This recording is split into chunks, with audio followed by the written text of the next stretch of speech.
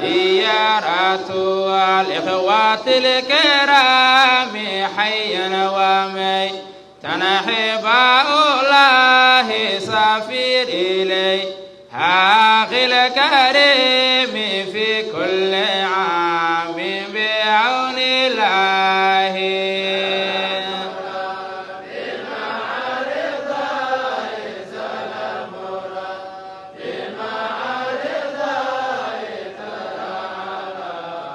magaalada Mareer Gur ayaa lagu soo gabagabeeyay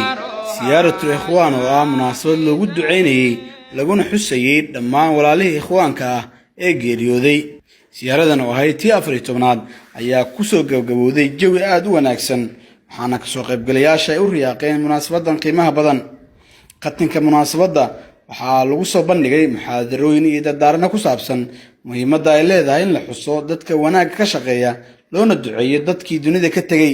culimadii ka hadashay munaasabada waxaana ay xustay in xiriirka walaaltinimo iyo xusuusinta wanaagga ay ka mid yihiin astaamaha bulshada muslimiinta siyaaradan aad u qiimaha badan siyaaratul ikhwaan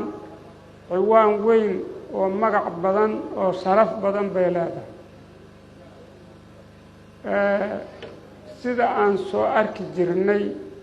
dadka waaweyn awliyada ilaahay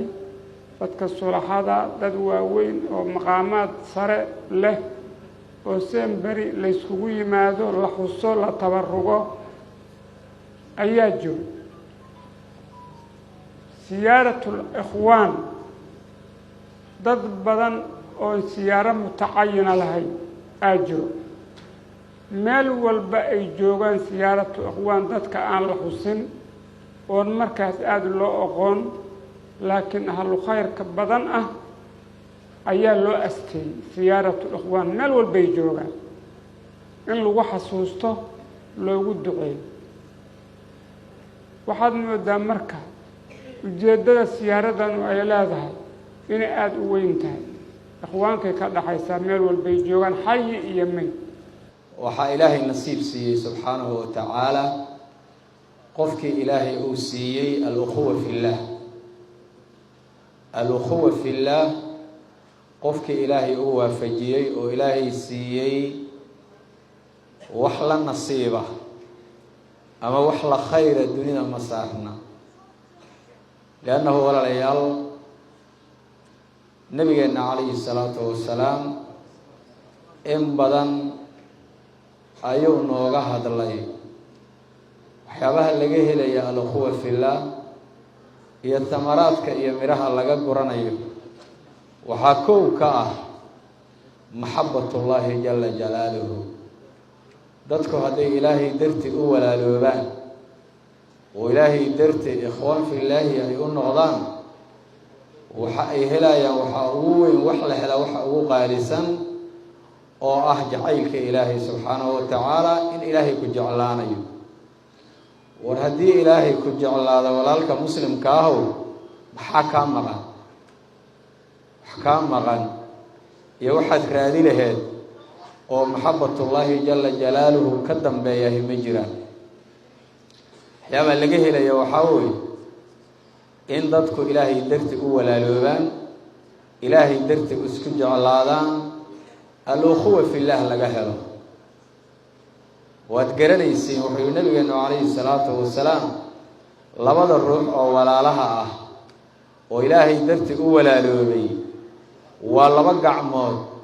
oo midood midda kale ay dhaqayso wasaqda iyo xumaatada ay ka dhaqayso ayay la mid yihiin uu yidhi nabigu calayhi salaatu wasalaam haddaba walaalayaal waxaa la rabaa qofka ikhwaanka ah ee walaalka ah in sidii dhaqankii saxaabada iyo dadkii ahlullaahiga dhaqankoodii u ahaa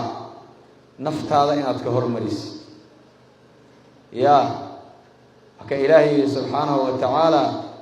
markuu ilaahay ammaanayay dadkii ahlullaahiga ahaa saxaabadii nebigeenna wayu'thiruuna calaa anfusihim waxay doorayeen naftooday ka doorayeen oo nufuuftooda walaalaha kale naftooda ay hormarinayeen sidaas ayaa la doonay walaalayaal ilaahay wuxuu leeyahay innama almu'minuuna ikhwa dadka mu'miniinta waa walaalo markay sidaa daraaddeed annaga waxaan dhan samaynaynaa waxaan ku camal falaynaa waa aayaddaas un dadkii walaalaha ahaa ee dhinteen ee islaamka aan ku walaalowno diinta aan ku walaalownay oo naga horreeyeen un baan u ducaynaynay ilaa shalay xalay saakay waxaan u la wadaa intaa weeye ama qasiido ha loogu duceeyo ama tawxiid inta la aqriyo ha loo hadiyeeyo thawaabkiisa ama qiro qur-aan ha la aqriyo intaas un baan ku wadnaa waxaana sheegaysa aayaddan qur-aanka sidoo kale waxay culimmadu dhihi jireen gaar ahaan sheekhayga sheekh axmed cali khayre wuxuu yidhi ziyaaratu alikhwaan adoo nool isxus waayo u dhihi jiray marka waxaa marka meeshaa ka muuqanaysa marba ikhwaan haddii la yidhi kuwa noolna waa ikhwaan kuwa dhintana waa ikhwaan qof la reebo ma jiro marka qofka marka xaadirka maanta meeshaan fadhiyaa waxa uu ku fadhiyaa waxay tahay inuu walaalkii dhintana u duceeyo oo inuu thawaab ka helo oo qabrigiisa naxariis ku helo oo shafaacada la samaynayo loo shafeecayo ilaahay subxaanahu wa tacaala uu aqbalo haddii culaysayso ilaahay ka qaado annaga wada joognana aan wax isku dhaafno oo ducadeenna maaragtay aan isu ducayno kulankaana isu nimid iyo wujuuhdaas nayarada ikhwaanku leeyahay kulanka keliyaha waxaa laga helayaaba ay sacaado yahayn waxaan rabnaa ahlu sunna waljamaaca maanta waxaan dhihi karnaa daarunaciim manbacay u tahay waxaan rabnaa fakerkan iyo maskaxdan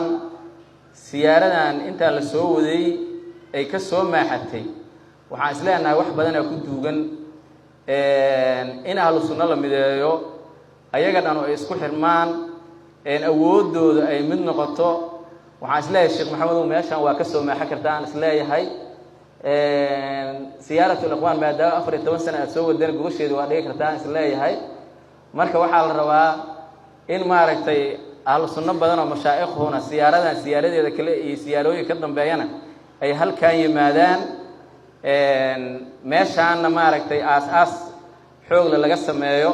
runtii waxaan ku faraxsanahay kasoo qaybgalka aan kasoo qayb galay siyaartan sidaan ugu faraxsanahay waxa waaye waa waxaan la soo koobi karin runtii shalay markaan imida sheekh siciida intays aragno wuxuu yidhi saakan buu ku weydiinayey oon dadka ku weydiinayay waaba yaabanaa inaad maqan tahayba marka in la itirsadaa oo ahlihi marka ay dhiirigelinaysaa siyaartii 6aad ayaan soo bilaabay inaan imaado marka halkan anoo